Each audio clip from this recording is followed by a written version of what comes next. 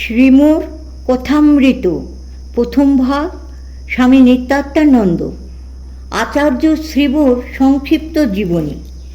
শ্রীমোর ভিতর ব্রহ্মশক্তি শ্রী রামকৃষ্ণের জীবন্ত অধিষ্ঠান ছিল। শ্রী রামকৃষ্ণের চিন্তা করিতে করিতে শ্রীম এই নরকলেবরেই যেন সালোক্য, সামীপ্য ও সারূপ্য মুক্তির অধিকার লাভ করিয়াছিলেন। তাহার সান্নিধ্যে ভক্তদের মন হইতে কামাদি রিপু ও অশান্তি আপনি ঝরিয়া পড়িত। 5 মিনিটেই জগৎ ভুল হইয়া যাইত, আর মন এক প্রশান্ত আনন্দময় ধামে বিরাজ করিত। শ্রীম বলিতেন, ঠাকুর তাহার কণ্ঠে বসিয়া কথা কহিতেন, তিনি যন্ত্রমাত্র। দেবতা, মহাপুরুষ, মহাপ্রসাদ, তীর্থ ও সাধু যেন সাক্ষাৎ ঈশ্বরের জীবন্ত বিভূতি। ভক্তগণ শ্রীমোর ব্যবহারে বুঝিতেন। শ্রীম কথামৃতের পরিবেশন আরম্ভ করিয়াছিলেন ঠাকুরের জীবিতাবস্থায়। ইহার পরিসমাপ্তি হইবে অনন্তে। আজ সমগ্র জগৎ কথামৃত বর্ষণে সিঞ্চিত। অশরীরী শ্রীম এখনও অশরীরী শ্রী রামকৃষ্ণের কথামৃত সর্বত্র বর্ষণ করিতেছেন। অন্ন, জীবন, বিদ্যা ও ব্রহ্মবিদ্যা, এই 4 প্রকার দানের মধ্যে শ্রীম আজীবন বিদ্যা ও ব্রহ্মবিদ্যা দান করিয়াছেন। তাই তিনি জগতে ভূরিদা জনাহা অন্যতম। অবিরাম ব্রহ্মবিদ্যা দান করিয়াছেন, কিন্তু আচার্য হইয়াও সেবকভাবে শ্রীমর নিকট গুরুভাব বলিতে একমাত্র শ্রী রামকৃষ্ণ। শ্রীম নিরহংকারের প্রতিমূর্তি। শ্রী রামকৃষ্ণের কথিত গৃহাশ্রমী জ্ঞানীর 5টি লক্ষণে সবগুলি সম্পূর্ণরূপে শ্রীমতে প্রতিবিম্বিত হইয়াছিল। তিনি ছিলেন নিরভিমান, প্রশান্ত, কর্মক্ষেত্রে সিংহতুল্য, রসরাজ রসিক আর সাধু ভক্তের দাসানুদাস।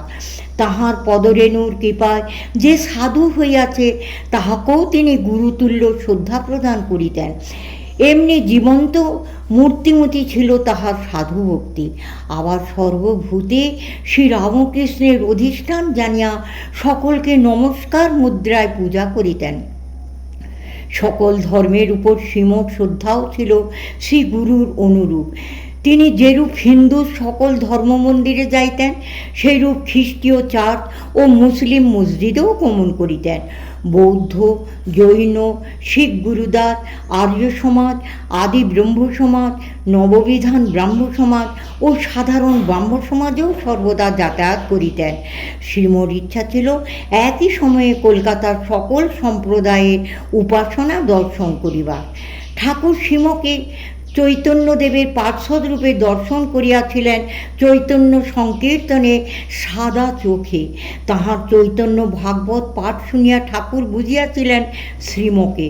শ্রী রামকৃষ্ণ তাই বলিয়াছিলেন, তুমি আপনার জন এক সত্তা, যেমন পিতার পুত্র। সেই জন্য পিতারই মতো স্নেহ ও শাসন উভয়ই করিতেন। শ্রী গুরুর কৃপার শ্রীমোর অন্তরে ছিল তীব্র জ্ঞান আর বাহিরে ভক্তির ঐশ্বর্য। প্রহ্লাদের মতো একই আকাশে যুগপৎ চন্দ্র সূর্য উদয়ের ন্যায়। শ্রী রামকৃষ্ণের জীবিতাবস্থায় শ্রীম ভক্তগণের মধ্যে সর্বপ্রথম ঠাকুরের জন্মস্থান কামারপুকুর দর্শন করেন। ঠাকুরের কৃপায় সমগ্র কামারপুকুর একটি জ্যোতির্ময় ধাম রূপে দর্শন করিয়াছিলেন। বৃক্ষলতা, পশু পক্ষী, মনুষ্য সকলেই জ্যোতির মূর্তি। তাই রাস্তায় ঢিপ ঢিপ করিয়া সকলকে প্রণাম করিতেন।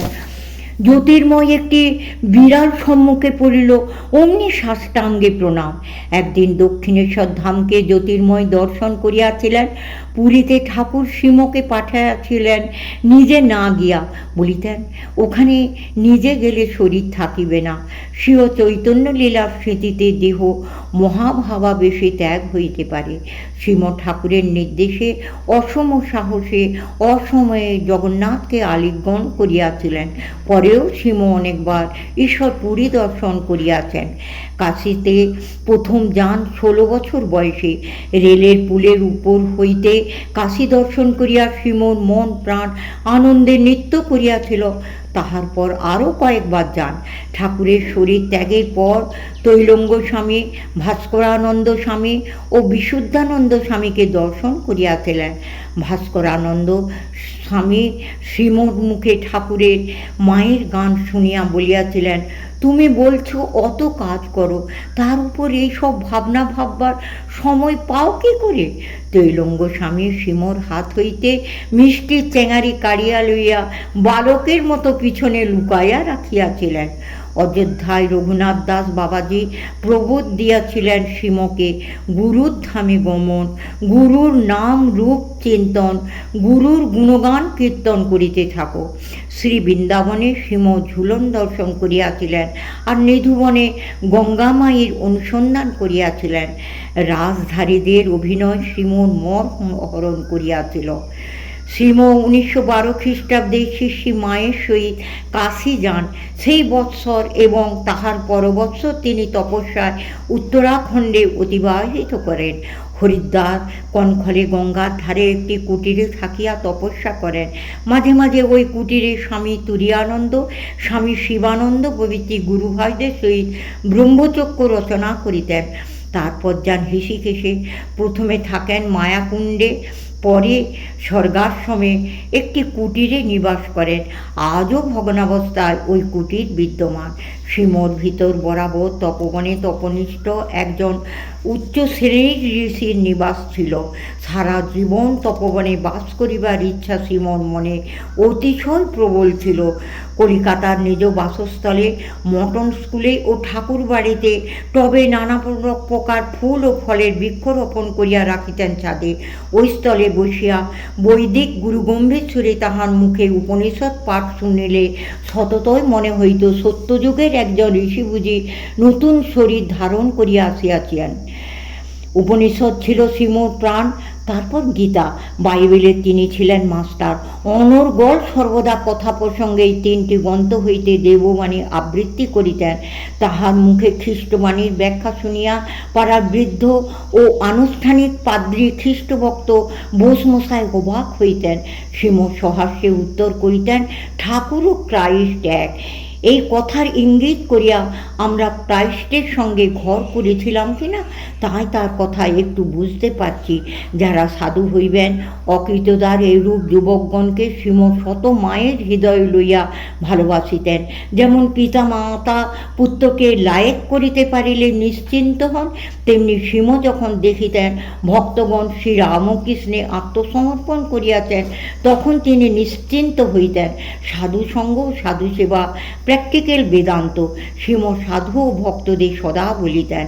শ্রীম সর্বদা সাধু ভক্তে পরিবৃত থাকিতেন।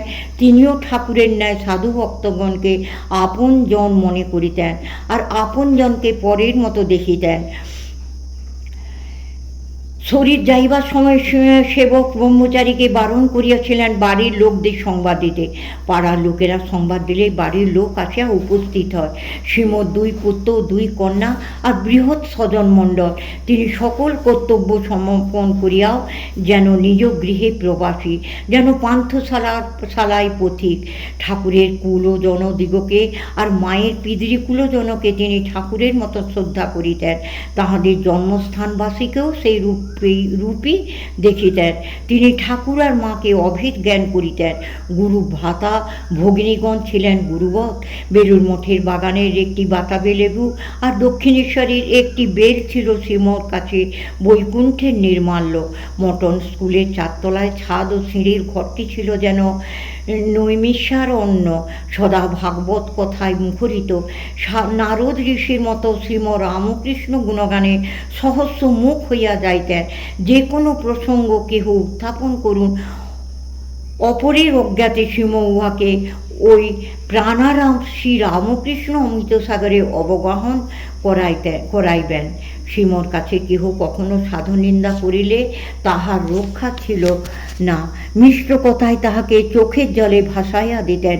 শ্রীম বলিতেন, দোষে গুণে মানুষ, সাধুর দোষ থাকিলেও তাহারা আমাদের প্রণম্য, তাহাদের নিন্দা করিলে আমরা কাহার কাছে ঈশ্বরীয় কথা শুনিব। একবার তিনি অনেক বৎসর ধরিয়া ভক্তগণকে নিত্য বেলুর মঠে পাঠাইতেন ভোরে প্রথম স্টিমারে সাধু সঙ্গের জন্য। শ্রীম ছিলেন গুণগ্রাহী রাজহংস, অপরের দোষ দর্শনের দরজা তাহার জীবনে চিরতরে রুদ্ধ ছিল। জাতি, বিদ্যা, বুদ্ধি, রূপ ও গুণের অভিমান সমূলে উৎপাটিত হইয়াছিল তাহার জীবন হইতে। কথামৃতের প্রকাশ ও প্রচারের জন্যই শ্রীমৎ জন্ম। পঞ্চম ভাগের লেখার কার্য শেষ হইল রাত্রি 9টায়। তারপরে স্নায়ুশূল বেদনা উপলক্ষ করিয়া রাজহংসের মতন গান গাহিতে গাহিতে গুরুদেব ও মা কোলে তুলে নাও, শ্রী রামকৃষ্ণগত প্রাণ শ্রীম মহাসমাধিতে প্রবেশ করিলেন। 1932 খ্রিস্টাব্দে 4 জুন শনিবার ফলহারিণী কালী পূজা শেষে অমাবস্যা তিথিতে আর রোহিণী নক্ষত্রে 21 দিন পূর্বে শ্রীম দুর্গা বলিয়া যাত্রা করিয়া বসিয়াছিলেন আর প্রাণ চলিয়া ঢালিয়া গাহিয়াছিলেন মৃত্যুঞ্জয়ী বিদায় সঙ্গীতটি। আমি অভয় পদে প্রাণ সঁপেছি, আর কি জমের ভয় রেখেছি। সমাপ্ত।